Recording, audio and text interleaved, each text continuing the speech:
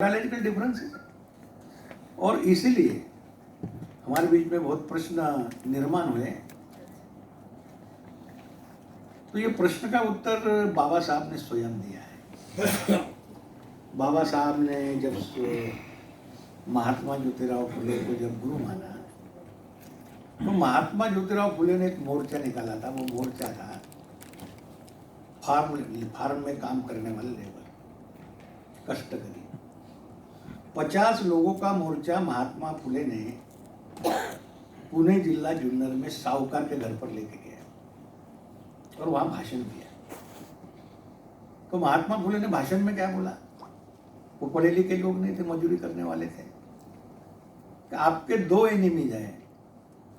First enemy is the भटवादी यंत्रणा और second enemy is the शाहूकारशाही। और सेम अपने गुरु का भाषण जब 12-13 फरवरी 1938 को रेलवे के ज्ञानमान जो पढ़े लिखे नहीं थे, उसका पूरा संवाद पूरा प्रसिद्ध हो चुका है। बहुत बार बाबा साहब की तरफ गए कि बाबा साहब हम बहुत बड़े तादाद में हैं। कोई लोग एसएससी फेल है, स्टेशन मास्टर तक होते थे, एसएससी फेल, हमको करते नहीं स्टेशन मास्टर के घर, हमको कपड़े धोना पड़ता, बर्तन मारना पड़ता। तो एक दिन उन्होंने बाबा साहब के 2 दिन दिए। अस्पृश्य रेलवे ज्ञानमन परिषद, और बाबा उन्होंने खेत भी नहीं था, एक मुस्लिम कम्युनिटी का रेलवे के प्रीमाइसेस के बाजू में खेत था, वहां बाबा साहब के संभाले। अभी तो रेलवे एक्वायर्ड कर दिया। तो बाबा साहब 12 तारीख को जब शाम को आए, 20,000 लोग दिखे, लखनऊ के लोग दिखे, वाराणसी के, मनमाड़ के लोगों ने पूरे देश के ज्ञानमन को इकट्ठा किया। तो बाबा साहब ने 12 तारीख को शाम को, वो भाषण है सभी 3-4 लैंग्वेज में हमने प्रसिद्ध किया। तो बाबा साहब ने बोला कि आज आपने मुझ पर बहुत बड़ी जवाबदारी दिया है, कल के भाषण में वह पूरी करो। 13 फरवरी 1938, 20,000 रेलवे न पढ़े लिखे लोग ज्ञानमन, उसके भाषण की शुरुआत बाबा साहब ने कहाँ से किया? जैसा नेशनल रेलवे मजदूर यूनियन लेफ्टिस्ट को बिलोंग करती है, सेंट्रल रेलवे मजदूर संघ गांधी जी के विचारों के इंटर को बिलोंग करती है। तो ये कम्युनिस्ट लोगों ने बोला कि बाबा साहब ये परिषद को, डिप्रेस क्लास परिषद को आके कामगारों में फूट डाल रहे, जैसा आपको बोलते हैं कि मागास वर्ग के संगठन निर्माण करना, तुम कामगारों के इसमें फूट डाल रहे, आज भी बोलते थे। तो बाबा साहब ने उसका उत्तर स्वयं दिया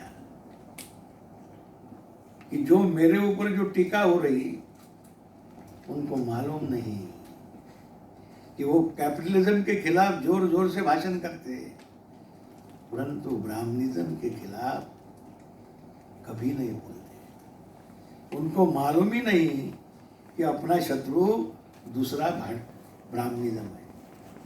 इसलिए कंक्लूडिंग भाषण में रेलवे के ज्ञानमन को बाबा साहब बोलते हैं कि there are 2 enemies of the backward class worker in India. First enemy is the Brahminism और second enemy is the capitalism.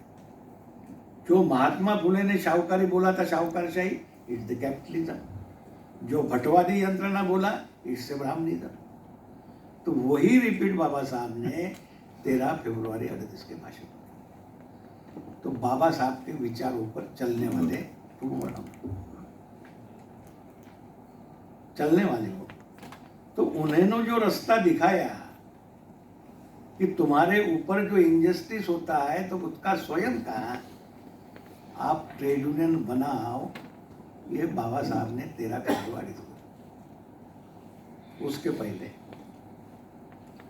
जब 15 अगस्त 1936 को बाबा साहब ने इंडिपेंडेंट लेबर पार्टी बनाया, आज स्टैटिस्टिक्स है, देश में अनऑर्गेनाइज सेक्टर में काम करने वाले 93% लेबर हैं और 7% तुम्हारे हमारे रेलवे, बैंक, इलेक्ट्रिसिटी बोर्ड इधर उधर काम करने वाले। तो बाबा साहब के नजर में मुद्दे सामने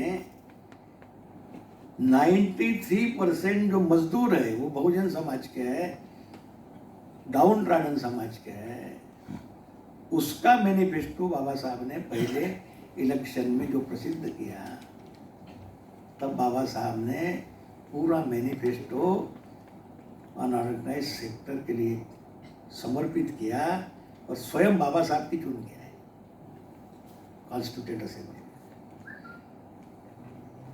उसके बाद 1937 को बाबा साहब को क्या लगा मालूम नहीं, 20,000 मुंबई म्युनिसिपल कॉरपोरेशन में लोग काम करते थे, झाड़ू मारने वाले, ऑक्ट्रा वाले, एग्जिस्टिंग ट्रेड यूनियन थी। तो बाबा साहब ने स्वयं एक ट्रेड यूनियन स्थापित किया, उसका नाम था मुंबई म्युनिसिपल कामगार संघ। ये मैं नहीं बता रहा हूँ, बाबा साहब के स्पीचेस पढ़ो, मालूम में है। फिर बाबा साहब को सोसाइटी रजिस्ट्रेशन एक्ट 1860 भी मालूम था, जिसके अंतर्गत हम बहुत सारे वेलफेयर एसोसिएशन बनाए। जो बाबा साहब ने वेलफेयर एसोसिएशन के तहत एसोसिएशन बनाया? नहीं बनाया।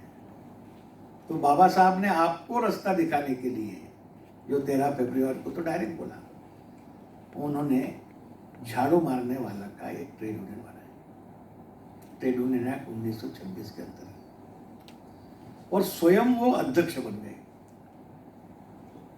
बाबा साहब 37 में बहुत बड़े व्यक्तित्व थे, आपको तो मालूम है, राउंड टेबल कॉन्फ्रेंस से लेके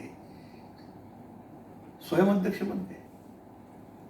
और जब जनरल मीटिंग वो संगठन की 13 जुलाई 1941 को बंबई में कावास्की जहांगीर महल में हुई, लोग कितने थे?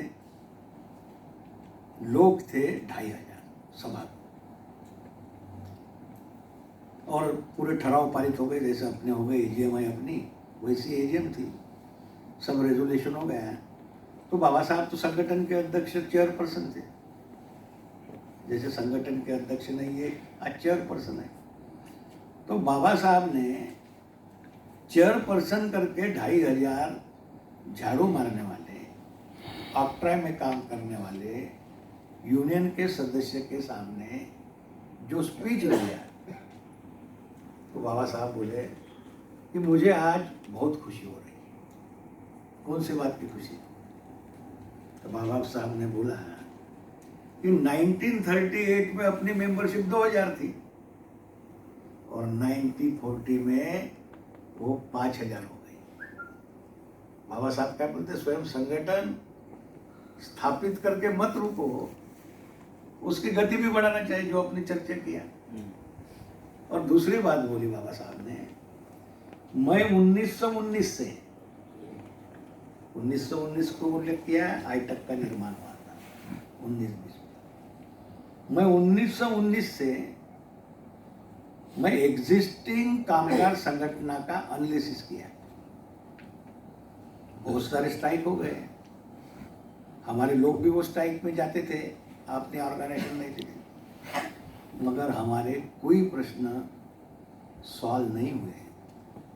मगर अपने संगठन ने एक ही बार आंदोलन अपने डिमांड के लिए किया, तो म्युनिसिपल कमिश्नर की तरफ हमें जाना नहीं पड़ा, तो म्युनिसिपल कमिश्नर हमारी मांगे रिजॉल्व करने के लिए हमारे तरफ आए। क्या मैसेज है? अपने स्वयं के संगठित शक्ति के जोर पर दूसरे यूनियन पर डिपेंड न रहते हुए तुम्हारे प्रश्न तुम रिजॉल्व कर सकते हो। ये बाबा साहब का स्वयं का संदेश